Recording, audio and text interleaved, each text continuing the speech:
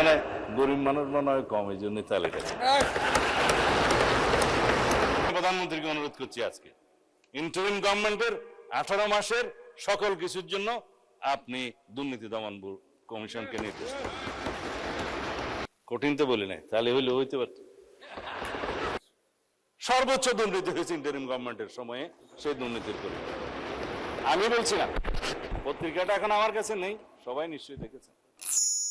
অন্তর্বর্তীকালীন সরকারের 1.5 বছরের একটা অস্থির সময় ছিল, যমুনার অভ্যন্তরে আর যমুনার কিনারে মিলিয়ে আপনি জানেন। সেই সময় আমরা কাগজটা কোথাও দিয়ে দিই, আমরা দেখেছি যারা আজকে করাপশনের জন্য হিসাব নিতে বলছেন এবং ব্যবস্থা নিতে বলছেন, ফরেন লোনের কথা বলছেন, আমি মাননীয় প্রধানমন্ত্রীকে অনুরোধ করছি আজকে ইন্টারিম গভর্নমেন্টের 18 মাসের সকল কিছুর জন্য আপনি দুর্নীতি দমন কমিশনকে নির্দেশ দেন। করাপশন কোথায় হয়েছে, কিভাবে হয়েছে, কারা করেছে, সবকিছু ফাইন্ড আউট হোক। কারণ ভিত্তি হচ্ছে টিআইবি গত কয়েকদিন আজকে একটা রিপোর্ট দিয়েছে, আপনারা পত্রিকায় শুনেছেন। সর্বোচ্চ দুর্নীতি হয়েছে ইন্টারিম গভর্নমেন্টের সময়ে, সেই দুর্নীতির করে আমি বলছি না, পত্রিকাটা এখন আমার কাছে নেই, সবাই নিশ্চয়ই দেখেছেন। তো তারা তো এক্সামশন পেতে পারে না। এখন এটা তাহলে আর পড়ি না। আর এই একটা অস্থির সময় পার হয়ে নির্বাচন আদায় করতে হয়েছে মাননীয় স্পিকার আমাদের। এখন আমার বন্ধু মানে এমপি নাহিদ সাহেব বললেন আমি নাকি এখানে একটা সরল স্বীকারোক্তি করেছি যে অনেক কিছু আপোষ করে আমরা জুলাই সনদে সই করেছি।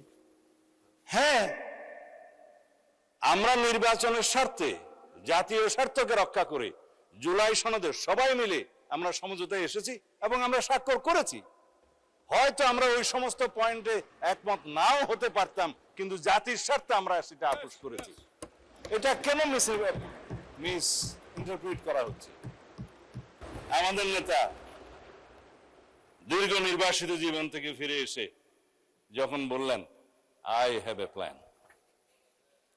আমরা সেই প্ল্যান নিয়েই এই ইরান যুক্তরাষ্ট্র ইসরায়েলের যুদ্ধের মধ্যেই শান্তি চুক্তি কেবল হলো, এখন এমইও হয়েছে, এখনো সই হয় নাই চুক্তি, আবারও হতে পারে, যাই হোক।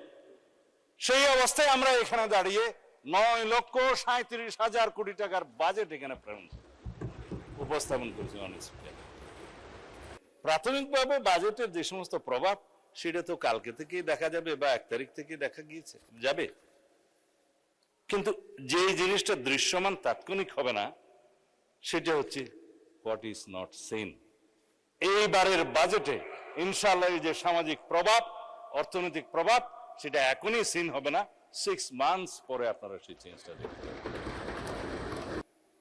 আমার পেরিফেরিতে একেবারে টেকনাফের সীমান্তে একজন বৃদ্ধ বয়স্ক বিধবা মহিলা, তাকে সেই বাজেটটা কি এফেক্ট দিবে সেইটা যারা প্রণয়ন করতে পারবে তিনিই ভালো অর্থমন্ত্রী।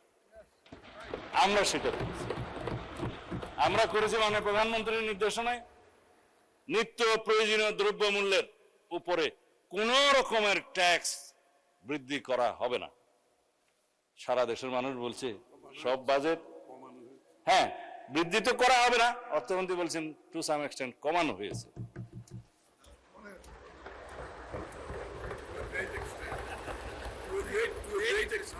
এখানে গরিব মানুষ মনে হয় কম, এই জন্য তালিকা দেখা গিয়েছে। মাননীয় স্পিকার, বাজেট প্রদানের আগে একবার বাড়তো টাকা দাম, বাজেট দেওয়ার পরে আরেকবার বাড়তো। এবার আগেও বাড়ে নাই, পরেও বাড়ে নাই, মধ্যেও বাড়ে নাই নিত্য প্রয়োজনীয় দ্রব্য। এটাই হচ্ছে আমাদের একটা চমৎকার। আমরা এখানে যে বিষয়গুলোকে গুরুত্ব দিয়েছি সেটা হচ্ছে ডেভিড লয়েড জর্জের ভাষায় পিপুলস বাজেট। এই পিপুলস বাজেট বলতে সামাজিক নিরাপত্তার জন্য ধনীদের উপরে কর আরোপ করা। কঠিন তো বলি নাই, তাহলে হইলে হইতে পারত।